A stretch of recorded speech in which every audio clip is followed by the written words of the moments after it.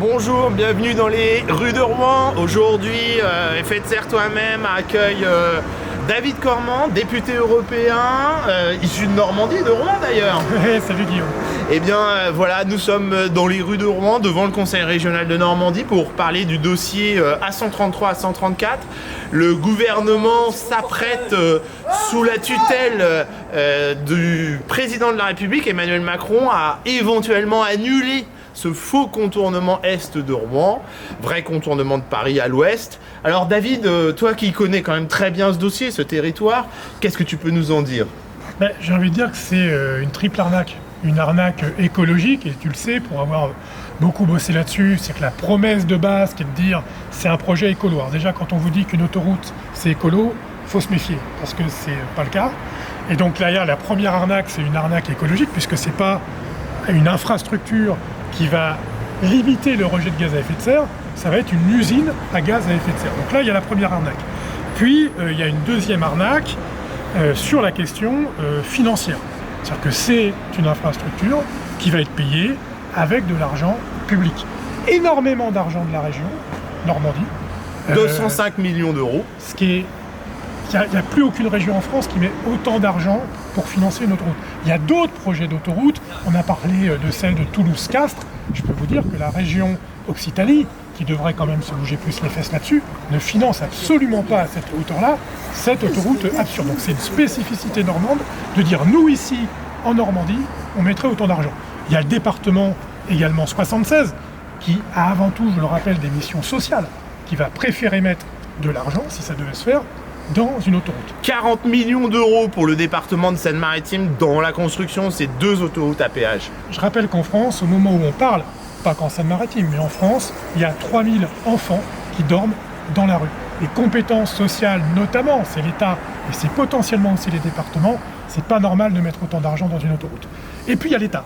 Il y a l'État qui s'engage également à mettre énormément d'argent dans cette éventuelle infrastructure. Donc ça, c'est la deuxième arnaque. C'est une infrastructure qui va être payée avec de l'argent public, c'est-à-dire avec notre argent. Mais en plus, si l'autoroute se fait, elle sera à péage. Et donc, quand vous irez l'utiliser, si ça se fait, si vous l'utilisez, vous paierez une nouvelle fois cette infrastructure que vous avez déjà payée en tant que contribuable. Et donc là, il y a une arnaque écologique, une arnaque fiscale, budgétaire, et une arnaque d'argent pour les gens qui me paraît scandaleuse. Tout à fait. Alors, on a des estimations qui datent de 2015-2016 sur le niveau de péage. Donc, il faudrait tenir compte de l'inflation. On était aux alentours de 5 à 6 euros pour le passage d'une voiture et de 10 à 12 euros pour le passage d'un camion si ce projet devait se faire. Alors, nous le disons, il y a évidemment d'autres priorités en 2023 en matière de mobilité des personnes et des marchandises que de mettre de l'argent sur ces autoroutes.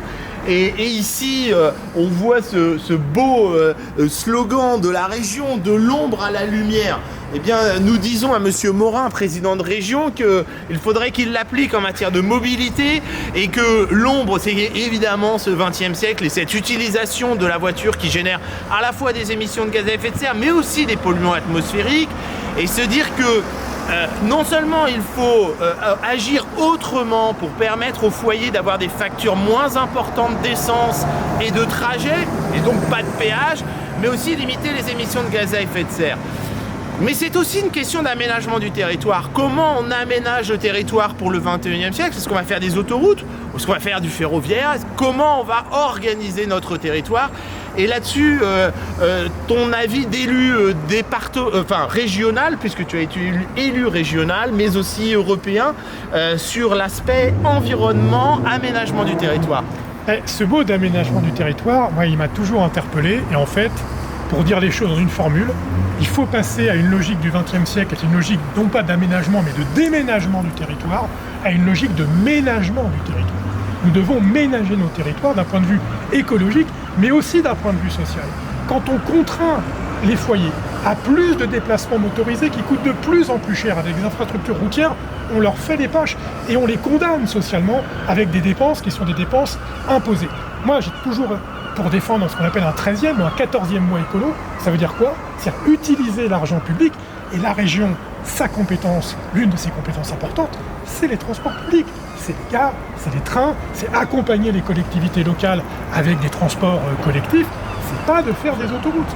Or, ces aménagements collectifs, de transport collectif, ils font faire des économies. Donc continuer à pousser les gens, à encourager les gens à utiliser le transport automobile individuel, c'est pas leur faire un cadeau. C'est les condamner à continuer à devoir être dépendants d'un moyen de transport qui est extrêmement coûteux. Donc là, la question qui va se poser politique pour M. Morin, c'est est-ce qu'il continue à enfermer la Normandie dans cette logique routière? Il ne s'agit pas de dire complètement qu'on arrête la voiture, mais au moins dire l'argent public, on les réoriente ailleurs. Et puis il va y avoir la question de l'État. Quel va être le choix de l'État? Ça, c'est une grande question et on sait actuellement que le dossier serait en arbitrage entre le ministère des Transports, Matignon, l'Élysée. Et on sait aussi que M. Morin était un des lobbyistes en faveur de ces autoroutes à péage, au contraire de beaucoup d'élus locaux qui ont pris des positions opposées à ce péage, mais surtout pour financer des alternatives. Alors qu'est-ce qu'on pourrait faire auprès de M. Morin pour qu'il, ou de M. Macron, pour qu'il revienne un petit peu au XXIe siècle? Le problème, c'est que je pense que pour M. Morin, c'est un peu une cause perdue. Donc voilà, c'est sur ce dossier. À cœur vaillant, jamais de cause perdue, dirons-nous. C'est impossible. Mais pour Emmanuel Macron, écoutez, l'État français, c'est pas que de la faute de Macron, mais l'État français a été condamné pour inaction climatique. Aujourd'hui, il y a une amende potentielle pour la France parce qu'on a pris du retard, on est le seul pays des 27 en matière d'énergie renouvelable. On sait qu'on n'est pas bon sur ces sujets-là. Et donc la première chose à faire pour le président de la République, d'après moi, modestement, c'est de dire, écoutez, les projets, ce projet, il a à peu près entre nos deux âges, Guillaume. Je crois qu'il est de 73, 72, on ne dira pas nos années de naissance, mais c'est à peu près entre les deux. Et donc en fait, ça commence à faire un petit... 50 ans. Donc en fait, on n'est pas obligé de continuer à encourager ces projets-là. Emmanuel Macron est un président jeune, il est encore plus jeune que nous, et donc je pense que c'est un moment où c'est à lui d'arbitrer. Je le dis avec un sourire, mais il y a un moment où il faut être aussi un peu sérieux. Le double discours, ça commence à bien faire. Moi, ce que j'ai compris, c'est qu'il y avait plutôt un move pour arrêter avec ce projet. Il remonte au niveau du chef de l'État. C'est à lui de prendre la décision. S'il l'arrête, ça sera grâce à lui. Bravo, M. Macron. S'il se fait, ça sera son choix personnel, il aura en assumé les conséquences. Merci David Cormand, député européen des écologistes. Nous allons maintenant retrouver, pour parler de l'avenir justement, Cyril Moreau, vice-président en charge des transports à la métropole Rouen-Normandie. Alors David nous expliquait qu'il fallait arrêter ce projet d'autoroute payante venu directement du siècle précédent. Avec Cyril, nous avons voulu aborder les questions liées à l'avenir. Qu'est-ce qui se passe sur le territoire en termes de report modal? C'est-à-dire comment est-ce que déjà notre territoire se prépare à offrir des solutions pour que nos habitants puissent circuler, se déplacer en dehors de la voiture. Bonjour Cyril. Alors à toi la parole pour essayer de nous présenter l'ensemble des politiques publiques qui montrent à M. Macron, au gouvernement, que le territoire prépare le 21e siècle. Alors, déjà, je voudrais revenir sur le projet de contournement où on nous explique que c'est ce qui va sauver la qualité de l'air sur Rouen. Contournement, c'est peut-être 10 à 20 000 déplacements en voiture par jour. Tous les jours, nous avons 1 million de déplacements en voiture. Donc, c'est pas l'enjeu. L'enjeu, ce sont les gens qui font des déplacements courte distance.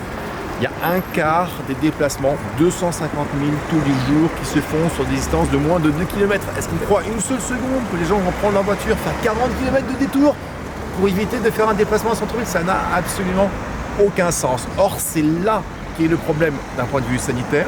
Et c'est là où nous avons des solutions alternatives. C'est quoi les solutions alternatives? D'ailleurs, le président de la République lui-même les porte avec ses RER métropolitains. C'est sur la métropole, c'est les bus, c'est les vélos. On a mis beaucoup d'argent l'année dernière, beaucoup. On a mis 10% des moyens supplémentaires et on a vu des résultats. On a vu quoi? 2 fois plus de cyclistes. On a vu 15% d'usagers des transports en commun en plus et on a vu 20% de solutions en moins. On n'a pas besoin d'aller détruire 400 hectares pour avoir des résultats. Ce qu'il faut, c'est aller plus loin. Et d'ailleurs, le président de la République dit « Je veux créer des RER métropolitains partout en France ». Il a raison. On dit banco. Aidez-nous. Ne gaspillez pas l'argent public précieux que vous voulez mettre dans ce canton Ouest. mettez-le dans le train, aidez-nous à avoir plus de bus, aidez-nous à avoir des vélos. Et c'est là qu'on arrivera à préserver la santé, préserver l'environnement et aider les concitoyens sur leur budget. Parce que tous ces gens à qui on va faire un contournement à la fin du mois, c'est 300 € qui partent dans la voiture. Nous, on leur dit, prenez le vélo, ça coûte quasiment rien. Prenez le bus, c'est une vingtaine, trentaine d'euros. C'est ça la solution. C'est ça vraiment le fait de la convergence entre la fin du monde et la fin du mois. Eh bien écoutez, nous en tant qu'association de promotion de la défense de l'environnement et de la protection de la limitation des émissions de gaz à effet de serre, on rejoint ces analyses. Les 245 millions, c'est la part de l'État qui serait sur ces autoroutes à péage. Nous souhaitons qu'elle aille effectivement plutôt sur des systèmes de développement du ferroviaire, des parkings de délestage, du vélo et des services aussi pour aider les habitants à changer leurs habitudes. Je vous remercie Cyril Moreau, David Cormand, et je vous donne rendez-vous à bientôt pour une autre interview.